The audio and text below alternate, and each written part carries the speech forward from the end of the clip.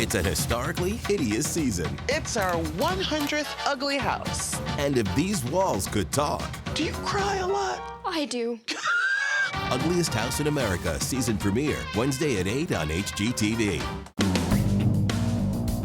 If CBC didn't exist today, would we invent it at this point? Hi, I'm Brian Lilly. This is the Full Comment Podcast, and CBC, or the CBC, depending on how you describe it, is an organization we spend a lot of time talking about in this country. No wonder we spend a lot of money on it. Now, I am on the record, having written my own book many years ago called CBC Exposed, and countless columns on the issue, that I'm not a fan of how the state broadcaster currently operates. Even that term drives some people around the bend. But David Cayley is someone who worked for CBC for a very long time, still sees a role for it, and wants to see Canada's public broadcaster get back to its beginnings. He is the author of a book, The CBC, How Canada's Public Broadcaster Lost Its Voice and How It Can Get It Back. It's published by Sutherland House Books, and you can find it anywhere that you buy books, but he's with me now to talk about CBC. David, thanks for the time. You're welcome. Glad to be here. You spent more than 30 years, you said, working just on CBC, mostly with the show Ideas, but you freelanced for it even before that. So more than 50 years of association with CBC. What would you say is the biggest change between when you first worked with the organization and what you see happening now?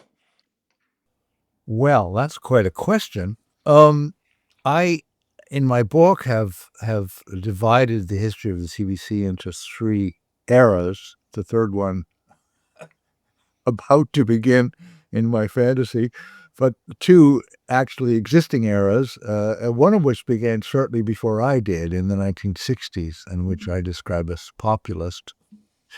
So I think I was coming in at a moment of high excitement. Radio, where I worked, was just recovering or finding a new métier after its eclipse by television in the 50s. So there was great excitement.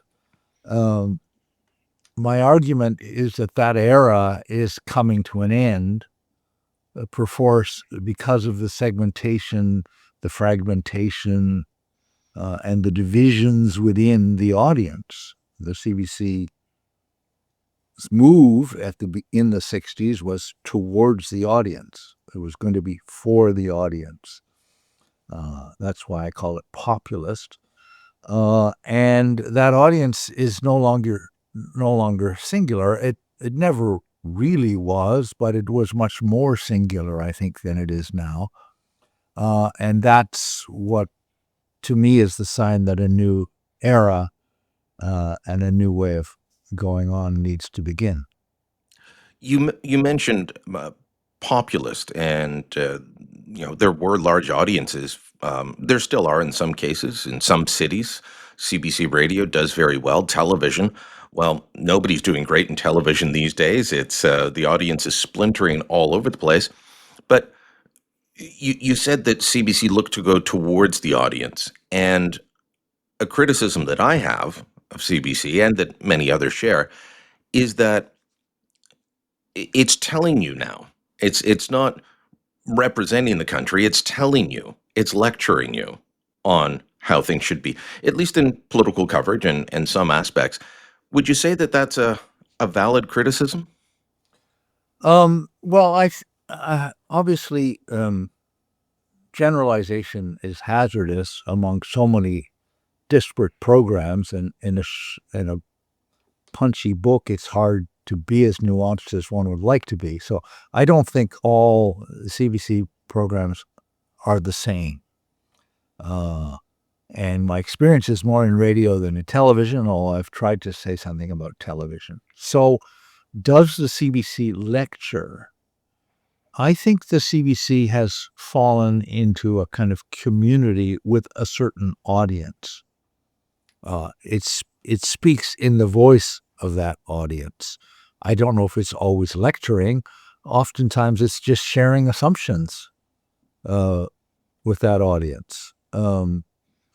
So there may be a lecturing or a homiletic component. I don't find that to be that prominent. I think it's more a set of shared assumptions that I would say are problematic given the divisions in the country.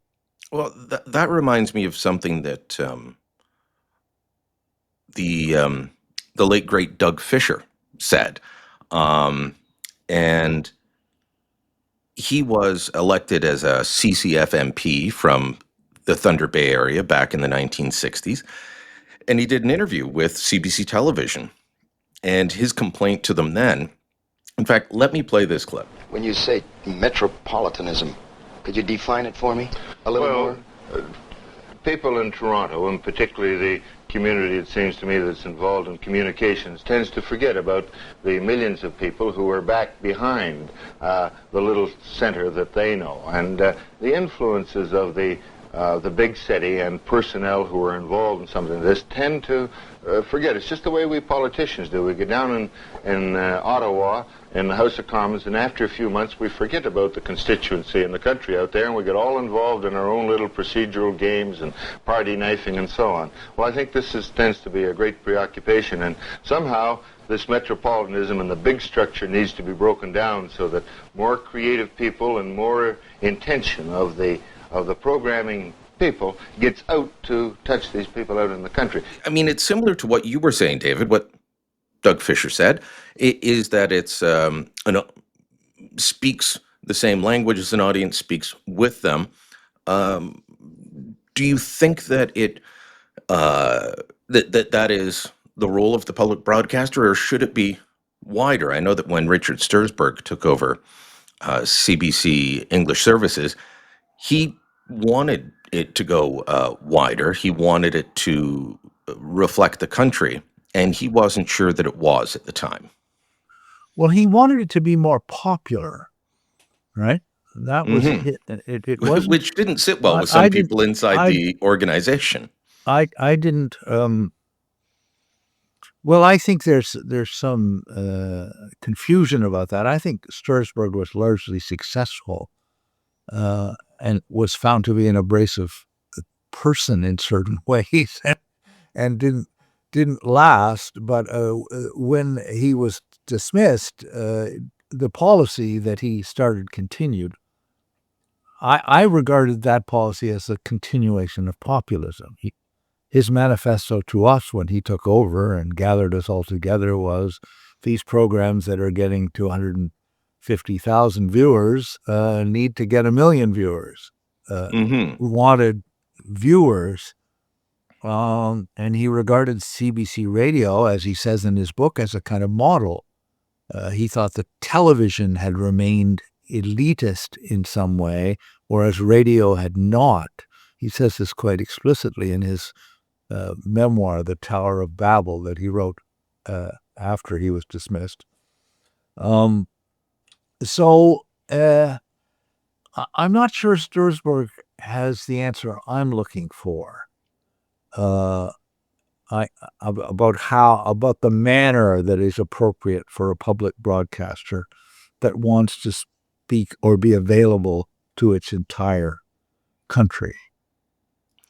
So you've said that CBC has lost its voice in some ways. How? Describe how you feel that they've lost their voice. Is it not following that populist ethos that you said was so active, especially in radio in the early days of your career with them? Or is it something else? What, I know you write about it extensively, but, explain to the audience how they lost their voice, and then we'll talk about how they can get it back.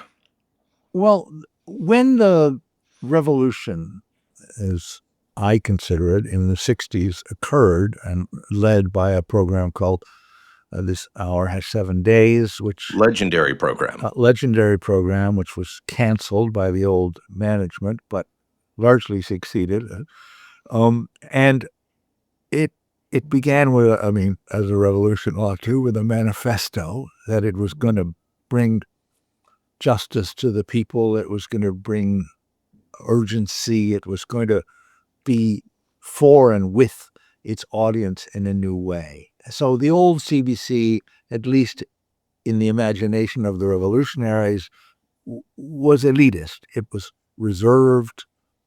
It was formal, and it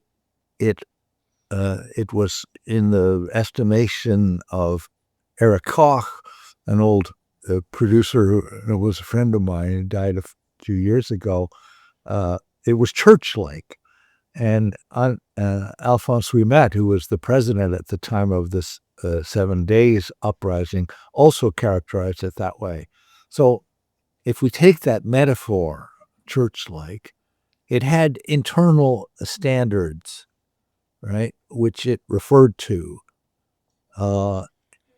Alphonse was unhappy with This Hour Had 7 Days because it was betraying the CBC's political neutrality, which he felt was a central principle that had been painfully achieved because there were many battles with the government in the early days over, the government ministers initially saw the CBC as what people now say it is, a state broadcaster, and would call up and say, you're not to run this, don't do that. So the arm's length relationship was achieved with difficulty and at length. And Ouimet saw it as compromised by This Hour Has 7 Days. So that was the first era. The second era was this with the audience. And I think many brilliant things were done during that era. So if you look at This Country in the Morning, which became Morningside, I think it effectively answers Doug Fisher's charge that this is a metropolitan organization. I think Zosky did embody a fairly Catholic, if I can use that word, vision of Canada and what it contained, what it included. Well, so you mentioned Peter Zosky, who was the longtime host of Morningside, and in my view, one of the best radio broadcasters that we had in this country, and someone who, in my view, took a genuine interest in whatever was before him and whatever was going on in the country. Could make anything interesting. Listening to Peter Zosky talk about it, I'm not sure if we've seen that talent since he left the airwaves come back, and whether that's because he was just such a unique talent or a different sort of thing. But I don't get the same sense, and I'm a former listener, I guess should say, because CBC radio is rarely on for me now, and in television's fragmenting. But do we have that sense, that view still happening at CBC? Because I would say the part of the reason I'm no longer a listener is that I didn't find that it was there.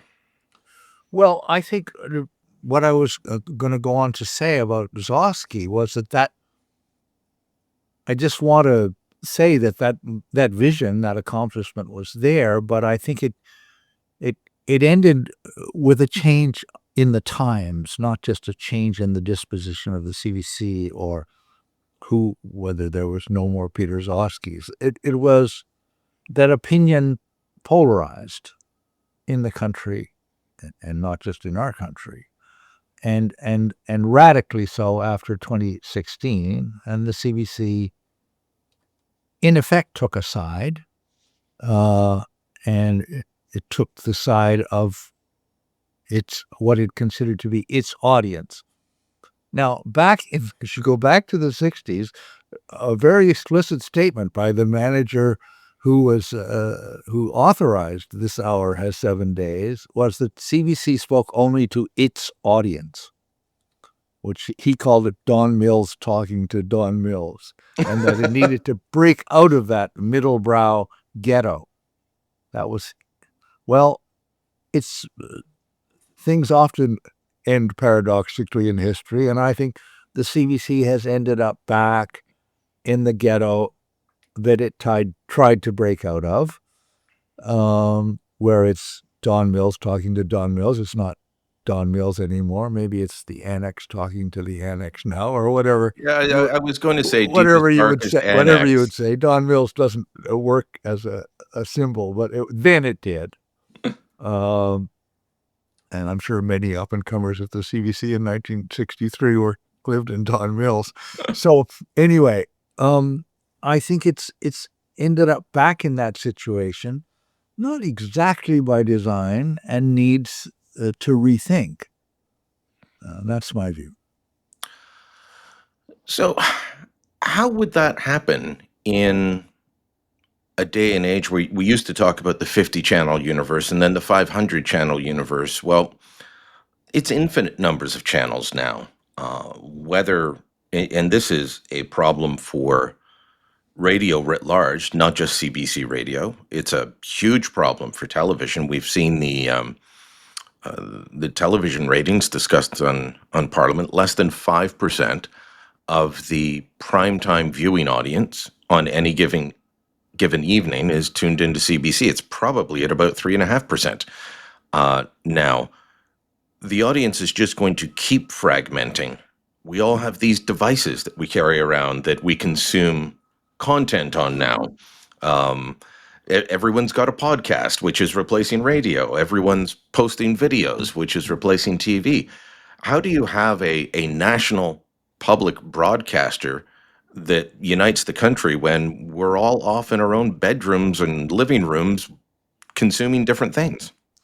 Well, the short answer is, for me, is one step at a time. The revolution that's raging around us is, in my opinion, unprecedented. Anybody who knows a little bit of history knows how upsetting previous media revolutions have been. The printing press arguably touched off 100 years of war. One can go back further to the beginnings of alphabetic literacy and see the same upheaval. But nothing like what we have now has been seen before, right? Every single person with a smartphone is a broadcaster, is a publisher. I don't think we can really get our minds around that, and I think even trying to get your mind around it is probably going to lead to despair. If you think, well, what are we going to do? The country's divided. People are at each other's throats. People largely take their views from their imagined enemies. If you think that, I think this.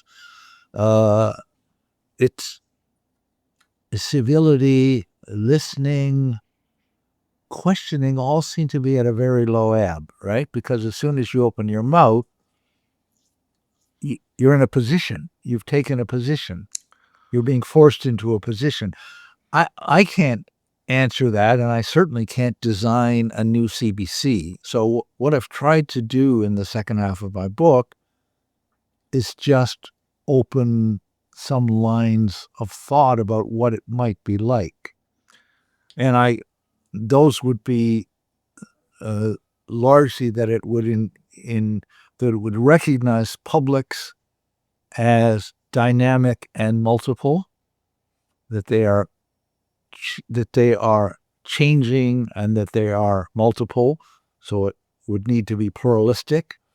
I think it needs to be more formal in a sense that I hope doesn't mean stuffy or withdrawn, but simply standing back so that it is not identified with this or that fraction or fragment. I think it needs to be more questioning, because I think there are real questions, and that the question does open a real question opens a path. That's a belief of mine. I think it needs to be more thoughtful, which goes with withdrawing, so that you don't take the question as settled. Sure. Let's take a break there. And when we come back, you do spend a chapter in the book talking about and taking CBC to task for how they handled one of the biggest events in all of our lifetimes of late, that being the COVID-19 pandemic.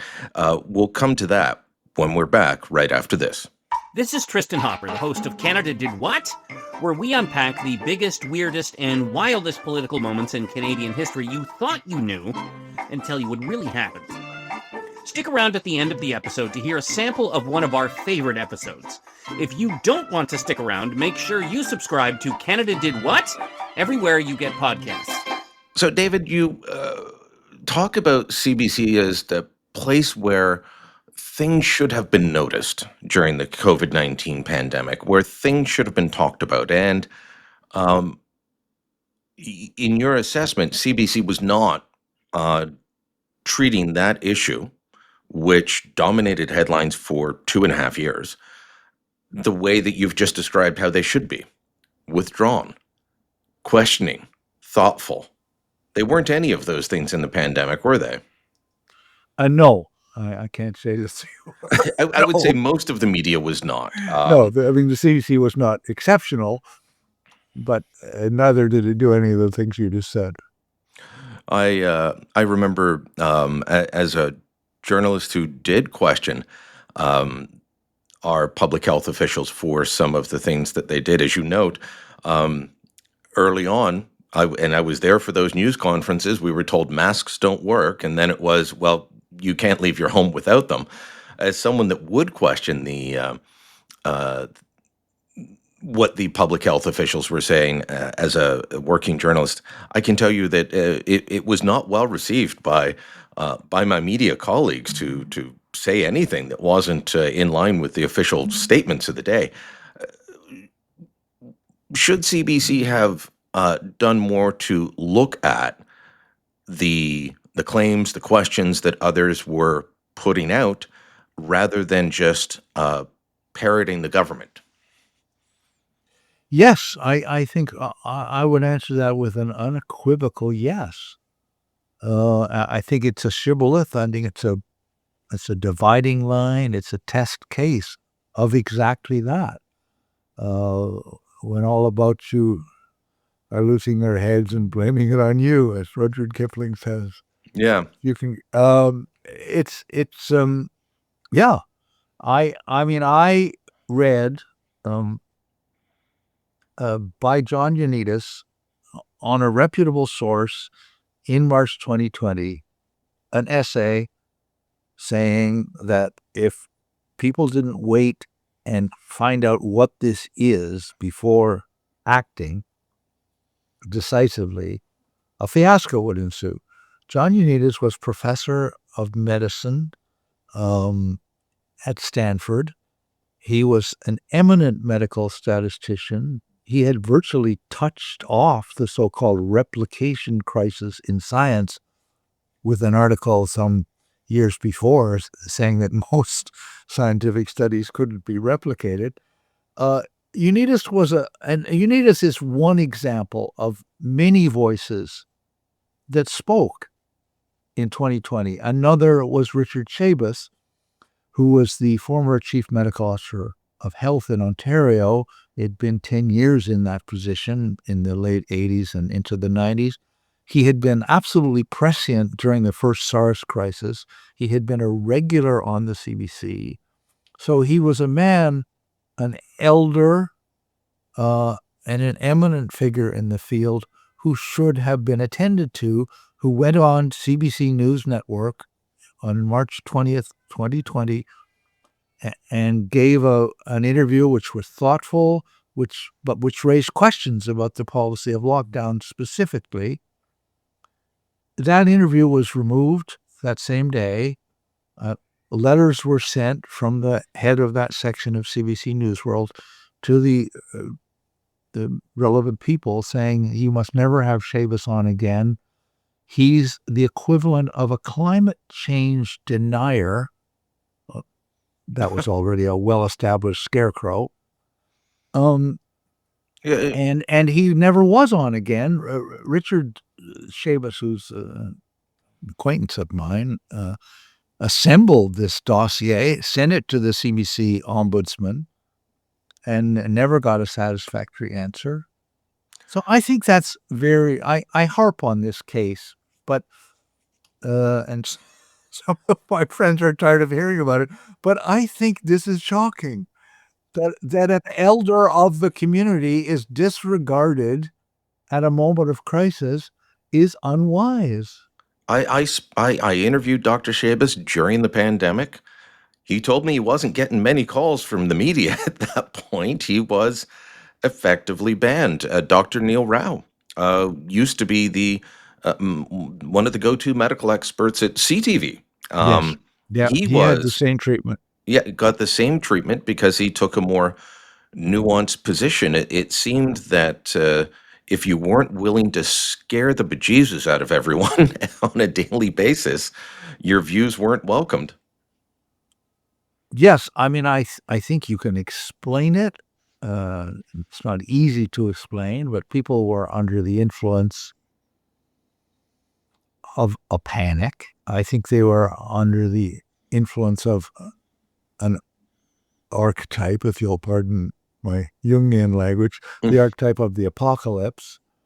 And I think they were additionally in the grip of this polarization that had been intensifying since 2016. So you can explain it, but I don't think you can excuse it entirely in an organization that is established in the public interest. It's not a private media outlet. Its statutory obligation is to enlighten the people of Canada. The Broadcasting Act asked it to enlighten the people of Canada as well as entertain them. You mentioned a couple of times, you've mentioned or alluded to tribalism, and well, if someone I don't like believes that, then I must believe something else. When Travis Danraj had his show on CBC News Network, Canada Tonight, he wanted to bring together people of various positions and just let them be authentic as they debated issues of the day. And he called it The Intersection. That was his portion of his show. And, I remember going on with Sheila Cobbs and Guritan Singh, the brother of Jagmeet Singh and former New Democrat MPP here in Ontario. And the simple fact of my name being mentioned on CBC was enough for people to write in and complain. I mean, there is um, a demand by some in the audience to say we don't want to hear certain voices. As the national public broadcaster, how wide should CBC, whether it is the pandemic or politics or anything else, how wide should CBC be looking to go in terms of who they bring on, who they profile, who the audience sees and hears from? Well, I think it should be utterly Catholic. So you're using that Barring, in I'm the sorry, I'm term leaning universal. heavily on that word today. Yeah. I don't mean A Roman lot of people Catholic. I don't don't know mean that Roman Catholic Catholic. means I mean universal, though. Catholic means universal. Yeah, Yeah. universal, let's say. And accepting opinions that are that violate the law and intend to destroy the very forum that in which they're participating. But I think there should be a public forum in which all opinions are welcome. Doesn't mean the CBC has to suffer fools gladly or do extensive interviews with people who think Bill Gates has two heads or whatever the case may be. Oh, he does. He keeps the other one in the closet. No, joking. So, anyway, that's interesting. I'm joking. No, I know what you mean. Uh, but yeah, Travis Danraj would post on social media that I was coming on, and his inbox would immediately be filled with protest. Yeah, you can't have him on. So to me, the way to unlock this it's a mode of thinking, I think, because you have to see that there are questions here, right? So if a vaccine that has been tested for a few months, very scantily, is proclaimed to be safe and effective. Something has been said which is beyond knowing. Right? There has to be questions about it. You can't introduce a brand new technology, which is not really properly vaccination at all, but a new procedure by which you manufacture the antigen within the body of the recipient, and then which you just simply, there are questions in which you simply don't have evidence at all. Oh, And the then mRNA say that it's vaccine. going to be this way, right? So if you can only see that there are questions, then, right? When I started in journalism, we were taught to ask questions. And then, I mean, to use the example of the vaccine, um, we were told take the first one that's available to you. They're all safe and effective. And then, well, AstraZeneca was quickly pulled after a whole pile of people got it because they determined it was no longer safe and effective. So, I mean, yeah, we should have been questioning all along. Some folks were, but most were not. No, I mean, yeah, I think saw it as perhaps I did as a somewhat totalitarian regime was introduced worldwide, and it was surprising to me how little it alarmed people on the left that was the case. Uh, so yeah, but the fundamental thing is not who's right, but that there is a question, and the question I mean, there are limits to knowledge, and there are opinions that are founded ultimately in conviction, in faith. There isn't, I think, one of the most pernicious things which has the CBC in its grip is the myth of science, which would which emerged during the pandemic, in my opinion, as it declared itself as a myth.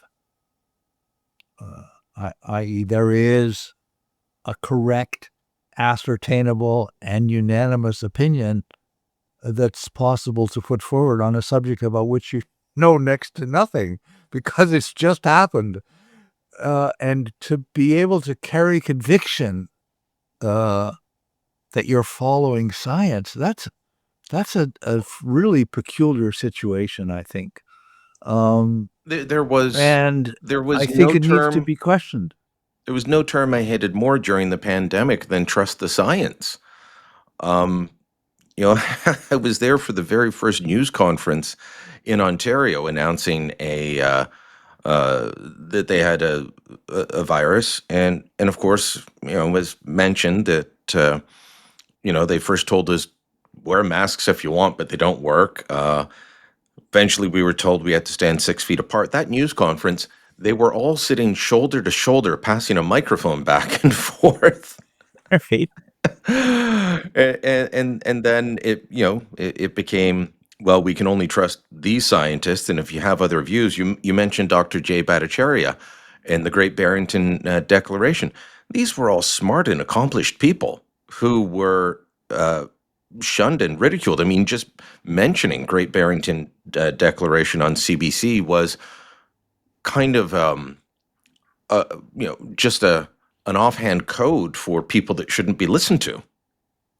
I know, which is very strange, really, given the eminence of the three people who made the declaration, and given the fact that what they said was essentially the conventional wisdom in public health up till sometime in February 2020, when it miraculously, suddenly, and seemingly unanimously changed. A very interesting thing to meditate on, but that's how it appeared to me. But yes, I was struck by that. And I keep harping on it because I think, and Richard Chavis has tried to convey this also, right? That what he was saying was the established wisdom in his field, and that had guided his whole career, in effect. Can CBC or the media in general regain trust with the public? I mean, obviously, large parts of the public liked what happened.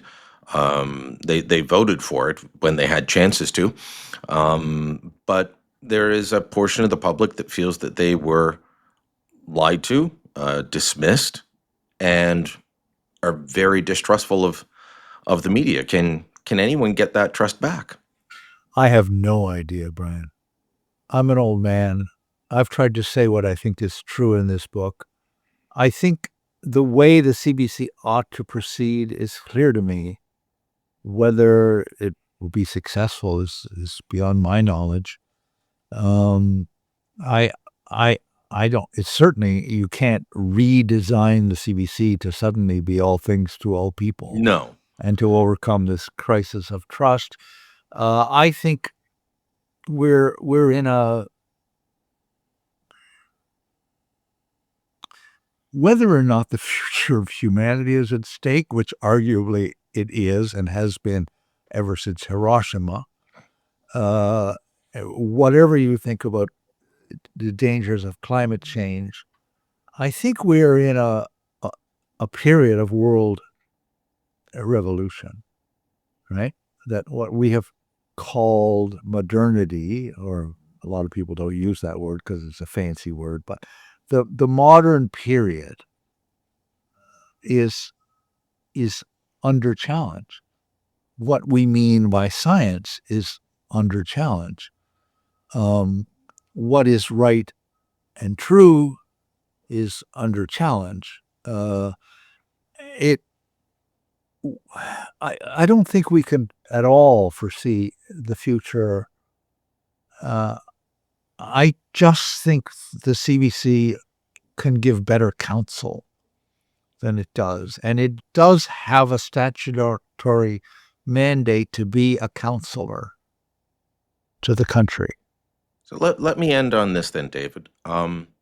You've got CBC radio, you've got CBC television, you've got a changing media landscape, you've got a government that has given it more money. Supporters of CBC would argue still not enough, that it needs to be funded at a higher level, but I don't see that coming along more than the 150 million that was just given in the budget. But how do you structure or run CBC that does have this statutory mandate through the Broadcasting Act that was set up before the age of the internet, before the age of the smartphone? How do you run CBC going forward as a public broadcaster that is forward facing to the whole country in this changing landscape? It's a big question, I know, but what are your thoughts? I have no idea. In detail, I think probably I'm counseling greater wisdom, and I don't. Where is wisdom to be found? I think it begins with the mode of thought, with how you think about the task that you have, how you think about the country that you're to serve, how you think about the audience, how you think about the question of vaccination, or the question of euthanasia, or the question of anything else that divides people, right? And how you see.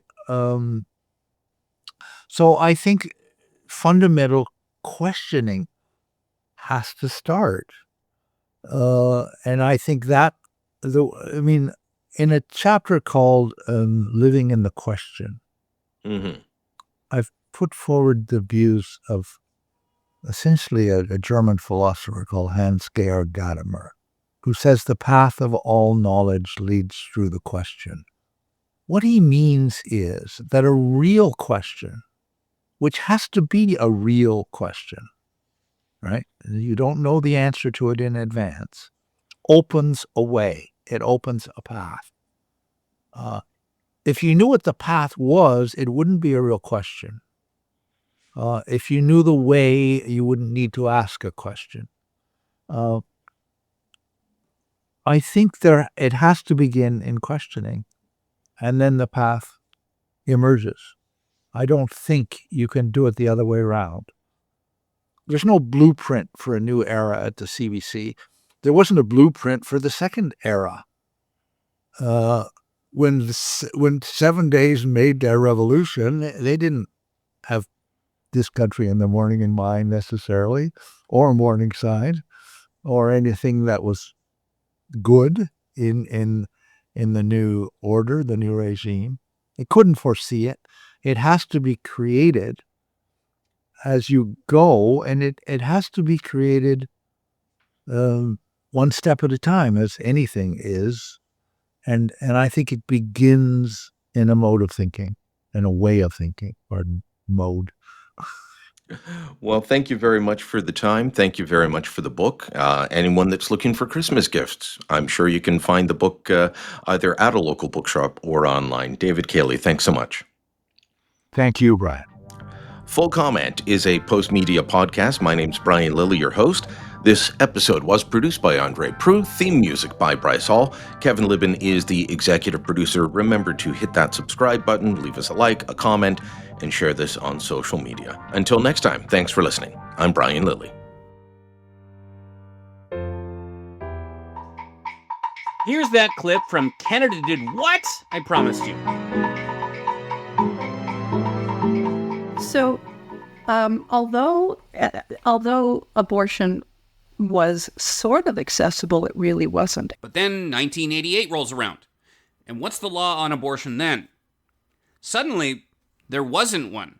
Literally no restrictions existed in 1988. Abortion went from heavily restricted to completely unrestricted almost overnight. There was no referendum on this. There wasn't even an act of parliament. This whole thing is due to a somewhat surprise decision out of the Supreme Court of Canada. And it came about in large part because of one man, a Canadian doctor who had been relentless about running illegal abortion clinics since the 1960s and was determined to overturn the laws prohibiting the practice.